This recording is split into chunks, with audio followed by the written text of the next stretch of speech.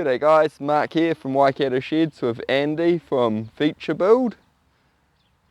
Hey Mark, how you going? I'll try that again. Yeah. No way, keep that in. Great stuff. Caught him off guard. Yeah, it got me right there. Yeah, we're here building this little 6x6 today, and over a couple of days. It will take more than a day, but it'll probably only take 5 minutes on a video. Yeah. So started having a look through all the gear that we're going to be using, and we got out our 30-metre tape, and we've made sure that the pad's nice and square. A1 Bobcats has done an awesome job, and it's perfect, square as. So that makes life easy when you're starting your build from the base, that it's all been done right. Then we've gone along and set 100mm line in on the sides and chalkied that in so that we know where we're going to place our portal. So next step, build some portals as we go along with this one. This is a great little size if you're going to be a kit set client and you're wanting to buy something and build it yourself.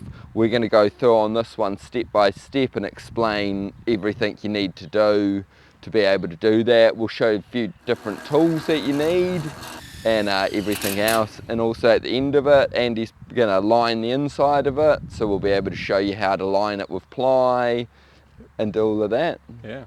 So now what we're just starting to do is go through our materials. So we've got the plans out, we'll be looking at the BOM, which is the bill of materials, there we are, the plans, and start, okay, what are our legs, what is everything, and then start.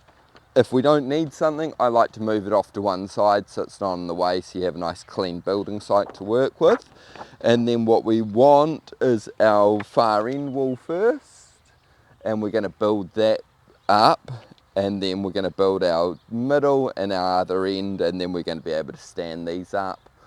On a build this size, we're going to be able to stand them by hand. We're not going to get a truck in to do it, so that you'll see that as we go through. Otherwise, if it was a bigger build, we'd use a high ab usually to get that done. We're just going through now and putting everything out on the pad so that we know where it all is, but then we can get it everything we need, and then we're just going to start building our frames. So by doing this, it lets you know where everything is, obviously, but it also just gets you familiar with it all, because as a kit set, it's a bit like a jigsaw puzzle. You've got the plans, but then the more you familiarise yourself with it, the more it starts making sense in your head. So it's often good just to start placing it out and working that out. Now, as you can see, we've roughly laid out our first portal, and then we're getting our apex brace here, and we're going to set that in and just loosely bolt it up. And then we'll loosely bolt in our knee braces. Once we've got it all loosely bolted in, we'll be able to make sure our frame's square before we do the final tighten on them. Bolting these plates together. On these, they have punchings. A punching's just the hole that they've made in the factory in it. They've got it on both sides, so it just means that they can go round different ways, so don't worry about that. There are a few more punchings than there are holes, doesn't matter, but just you take your time and work out which way it all goes round, and then just start bolting that all up loosely. And then we'll have these eave purlin brackets on here, and this is to hold the eave purlin that runs along the top, and they're just going to bolt on there like that.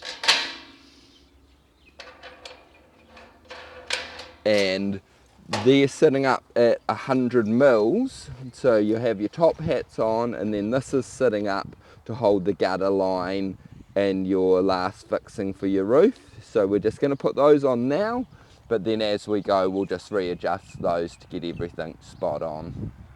Putting hold down brackets on, they all come pre-drilled, so I'm just loosely bolting those on, and then when we stand it up and level everything up, we'll tighten those up and drill down and into the ground and put our dyno bolts through there. So now we can go through, tighten up our bolts, and then we know once we stand this up that because it's square, our walls are going to be plumb.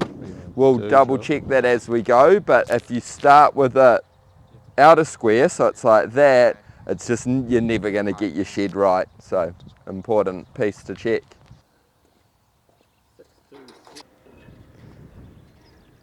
About to put my screws in so I know where my roof purlins are going to go. So once we've stood it, we can put our roof purlins in.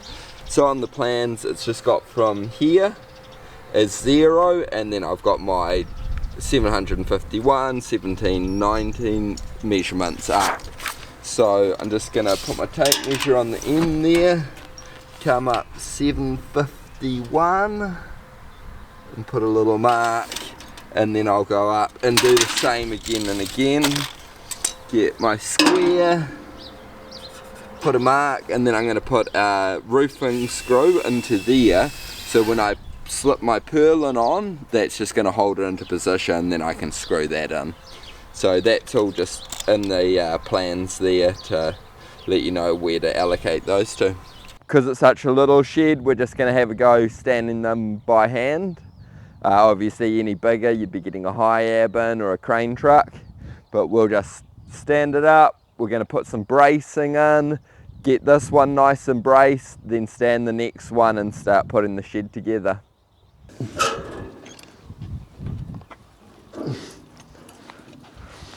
Go, see how that, you've got a good hold of that. Yep. If you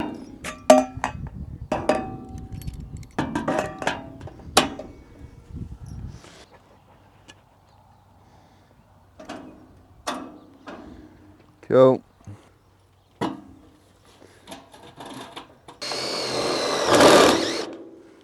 Cool.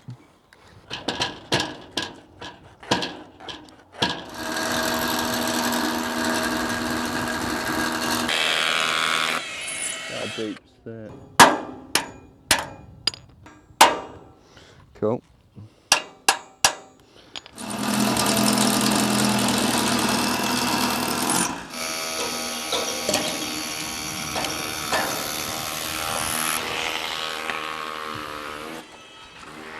I'm just now marking the centre of my middle bay. So this shed 6 metres, 3 metres into the centre. As you've seen, we've stood that and supported it. Now we're going to stand the next centre one, and we'll start adding top hats into it to make the structure more solid. Stand up the end and do the same again. So yeah, that's just what we're doing here. Obviously when we first marked out the pad, we could have marked this out at the same time. So if you do it that way, that's not bad either.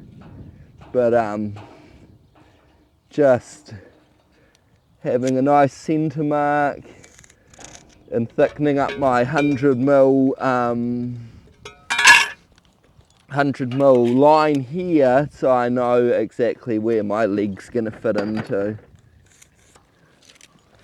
Just like that.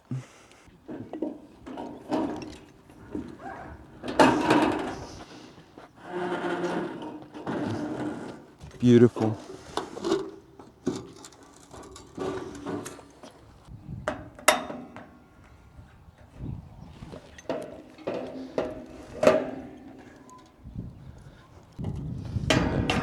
Pretty level.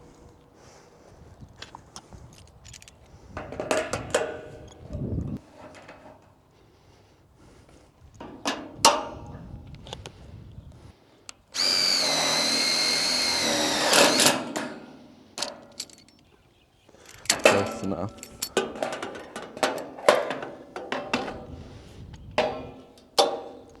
Cool. So now I'll just jump up and we'll put one up on the top.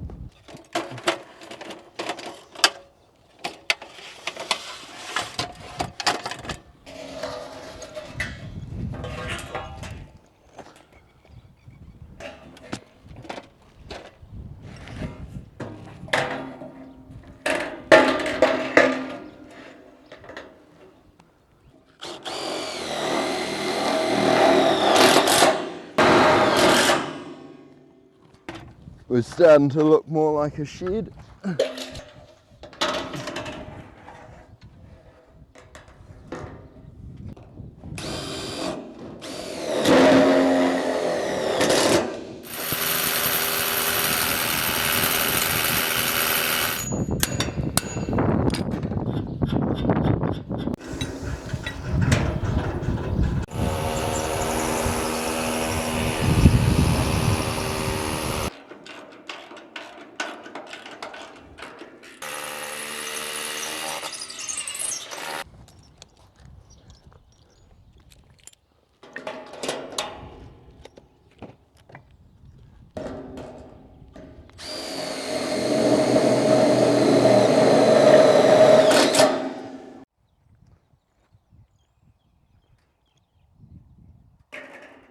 a nice little tip for these top hats, especially if they've been out in the rain, they can be quite hard to get apart. So the end of your hammer gets them apart really easily. Well, what we've done here is rolled the stack over, and then it's much easier to pull them out. So that's just one of the things to know. Makes it way easier to work with them, or if you need to move a few, you can pick them up with the claw of your hammer. So yeah.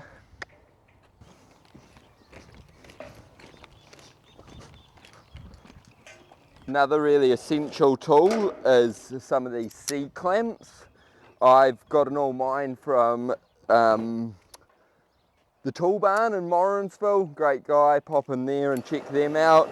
But just able to clamp things together while you're working on it to get it all level and right, but also holds it in place while you're putting your screws in. So you're going to need a couple of pairs of those to build a shed, and that's it. You're building a beautiful shed. Treat yourself. You're going to need a few tools, a tech gun, clamp, measuring tape, a few bits and pieces, and a few things that you might not have, but well worth spending that little bit of extra money and getting yourself a few of the good tools if you're doing yourself.